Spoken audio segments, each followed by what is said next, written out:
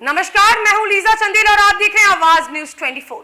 जुड़ चुके हैं आपके साथ कुछ सनसनीखेज और धमाकेदार खबरों को लेकर। अगर मैं बात करूं, भारत देश में प्रदेश में कोरोना महामारी के बहस से लोगों को कहा गया है कि अपने घरों में विराजमान रहें, घर में रहें, सुरक्षित रहें।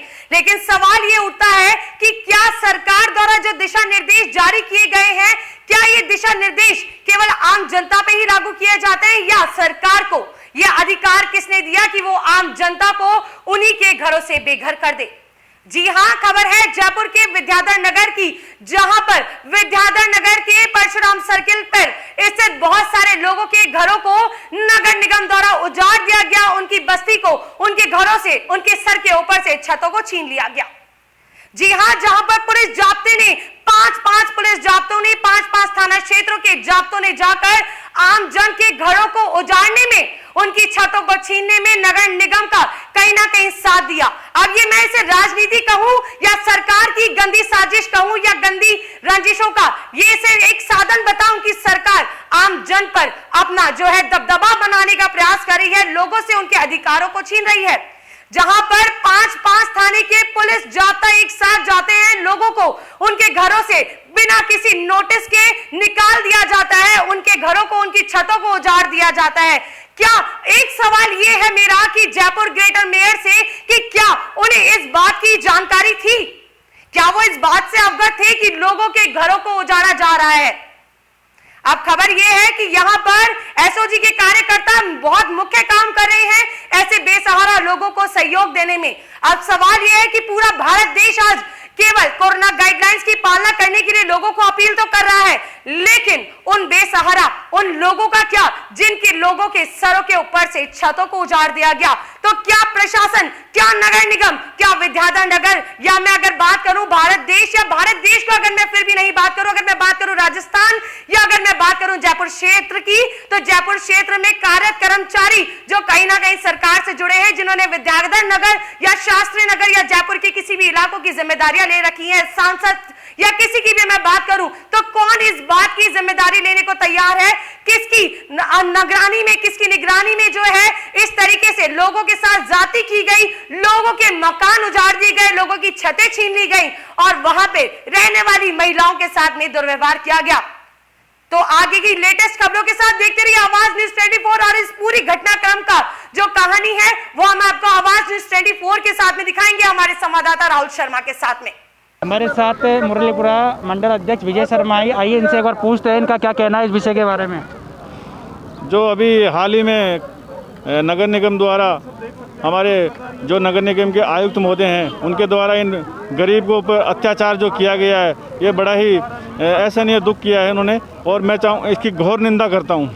ये अभी इस समय में जब घोर कोरोना काल चल रहा है, महामारी चल रही है, उसी समय के अंदर इन्होंने जो ये किया है, ये बहुत ही दुखद घटना है। मैं इसकी घोर निंदा करता हूं और सरकार से निवेदन करता हूं कि इनका पुनर्निवास किया जाए कहीं भी, और जल्द से जल्द किया जाए। और उनकी सुविधाओं के लिए जो भी ये कार्य कर रहे हैं, हम सब आप देख रहे हैं कि जैसे कोई खाना लाया है, कोई फल फ्रूट इनकी सेवा कर रहा है, तो इनके लिए जो भी है, इनकी सुविधाओं के लिए, सुख सुविधाओं के लिए कोई सरकार को सोचना चाहिए और जल्द से जल्द इस पे एक्शन लेना चाहिए। हमारे साथ यहाँ पे जो रहने वाले हैं उनका जो घर तोड़ दिया, ये इन विषय में इनसे बात करते हैं। आपके बारे में मैं सरकार से निवेदन करता हूँ, जो हमारे मंत्री साहब राजस्थान के हैं, जो उनसे मैं निवेदन करता हूँ, हम यहाँ 20-25 साल से रह रहे हैं सर, और जो हमारे पर जुल्म जो पुलिस वालों ने किए हैं, वो जुल्म इसका जायज़ा लीजिए सर। हम गरीबों पर रहम करो। हम जूता पालिश वाले हैं सर, कार मजदूरी वाले हैं, कोई किसी का इधर घर मकान पक्का नहीं था सर। हमको किसी ने नोटिस भी नहीं दिया, आज भी आप जा सकते हो, एकदम अटैक किया सर। बच्चों को, बूढ़ों को, बच्चियों को वो बेइज्जत किया सर। भाई आप देखो सर, तो हमारी निवेदन सुनो, कुछ न कुछ कीजिए सर। हमारी घर मकान दे दे, हम भी पड़े रहेंगे। अरे भाई झुकी चौपड़ा सुन, जनानियां हैं, लड़कियां हैं, क्या बड़ों की थोड़ियां हैं, गरीबों की बेटियां, बम्मा, बूढ़ियां बेहाल करके पुलिस वालों ने, जेंट्सों ने मारे हैं, डंडे घसो घसो के मारे हैं। बेतरह लड़कियां के दिखाने वाली जगह नहीं है, वहाँ भी मारे हैं। जो बड़े अफसर थे, 4-4 3-3 स्टार लगे थे, बड़े थे, उन्होंने पीटा है। तो क्या उनका बेटी बहू घर में नहीं है? उनका बूढ़ी माँ नहीं है? वो कोई ऊपर से गिरे हुए हैं? सभी का माँ है, बाप है, लड़कियां हैं। तो हमारी गरीब लड़कियों की उन्होंने बेइज्जती की है, उनके कपड़े फाड़े हैं, उनको बहुत बेतरह से मारे, डंडे घसो के, जो बदन नहीं दिखाने वाला है उस तरीके से हमको मार दी है। साहब, कोई है दुनिया में तो उसका भला होएगा, कोई हमारा करेगा उसका तो हमेशा ही भला रहेगा। जो हमारा बुरा करा तो उसका कुछ भी नहीं रहेगा, उनके भी बच्चे मर जाएंगे। जो तो बंद हुआ ये गरीबों को, हमको बेघर कर दिए, हमारी लड़कियों को पीटा, हमारी बहुओं को पीटा, हमारे बच्चों के सिर फोड़ दिए, हमको बेहवाले कर करके पीटा। साहब, कोई गुनाह नहीं है, हमारे तन के कपड़े भी वो ले गए, कुछ नहीं रहा, बर्तन भी ले गए। सर, जब हमें परसों खबर मिली कि इस तरीके से कहीं परिवार है वो बेघर हुए हैं, तो इस चीज़ को हमने जानने का प्रयास किया। सर्वप्रथम हमने उनके 2012 और 15 में राजस्थान हाईकोर्ट के द्वारा जो आदेश किए गए उनकी स्टडी करी, तो पता चला कि जयपुर राजस्थान हाईकोर्ट ने एक ऑर्डर किए थे कि जयपुर के अंदर घुमंतु जातियाँ जो हैं चारों तरफ बसी हुई है, उनको एक जगह कुछ अलॉटमेंट दे दिए जाए जहाँ पर जाके वो रह सकें। उसके बाद में कई लोगों को अलॉटमेंट मिले भी सही, कई लोगों को घर भी मिले सरकार की ओर से योजना के अंतर्गत। यहाँ पर भी सरकार आई, ये भी पिटिशनर थे, यहाँ पर भी आके बातचीत की, लेकिन यहाँ पर दिए गए नाम मात्र, और उसके बाद से ये लोग निरंतर रूप से यहाँ बसे आ रहे थे। इन्होंने कई बार एप्लीकेशन की, सरकार को भी निवेदन किया, लेकिन हमेशा नेता आते और इनसे वचन करके चले जाते कि तुम यहाँ बसे रहोगे, नहीं बसोगे तो तुम्हें यहाँ पर अच्छी से अच्छी जगह दी जाएगी रहने के लिए।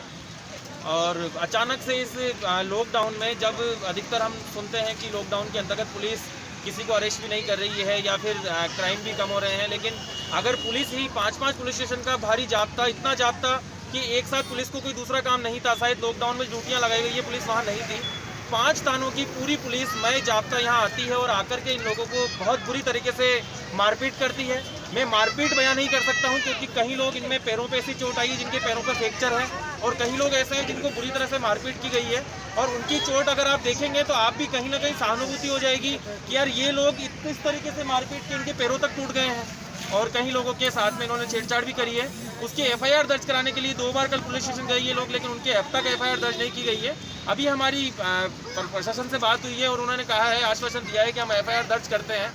अगर शाम तक एफआईआर दर्ज नहीं होती है तो हम जिला कलेक्टर या फिर कमिश्नरेट जाकर के, पुलिस महानगर कमिश्नरेट जाकर के एफआईआर दर्ज कराने का पूरा प्रयास करेंगे। और एफआईआर दर्ज कराने के बाद में इसकी जांच तो होगी ही, क्योंकि इनके साथ पुलिस ने और नगर निगम के कुछ अधिकारियों ने मारपीट करी है, और मारपीट बहुत गंदे तरीके से करी है, और कुछ बच्चों के साथ छेड़छाड़ भी की है उन लोगों के द्वारा। और अब सबसे बड़ी बात यह है कि उसके बाद में संवेदना जताने के लिए यहाँ पर महापौर साहब भी पधारी, और वह आकर कहती है कि मुझे इस बारे में जानकारी नहीं थी। अगर आपको इस बारे में जानकारी नहीं थी तो ये सब कुछ कैसे हो गया और क्यों हो गया?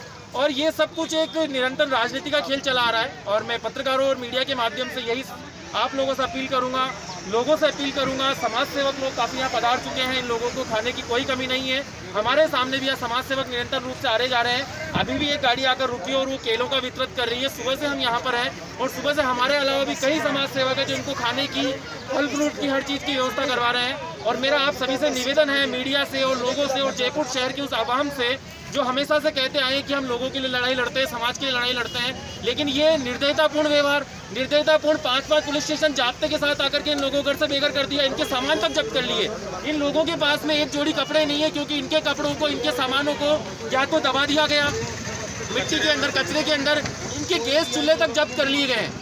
तो मैं आप सबसे निवेदन करूंगा, प्रशासन के खिलाफ और नगर निगम के खिलाफ कार्रवाई की जाए, और इन लोगों को रहने के लिए एक अच्छी और निश्चित रूप से जगह तय कर दी जाए, क्योंकि इस लॉकडाउन के अंदर इन लोगों को खाना पीना और रहना दुभर हो गया है।